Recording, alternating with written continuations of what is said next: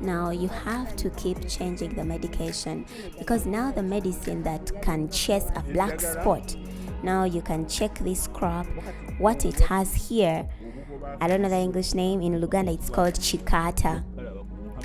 And when it has come into your crop, the medicine used to treat this is the powdered medicine, the same as the one used to grow, the same as the kind used on tomatoes. We have toprite, bacteriomycin, Ciovet. That's the kind we use, but we don't use Indophil. Only those of tomatoes use Indophil. We don't use Indophil on pepper. And also, when you're measuring the amounts to use on your crops, you have to use amounts that will not stick to the crop, especially when you're using this powdered medication to treat your garden, because when your medicine is attached to the crop, when the crop goes for checking, it will not pass the check mark.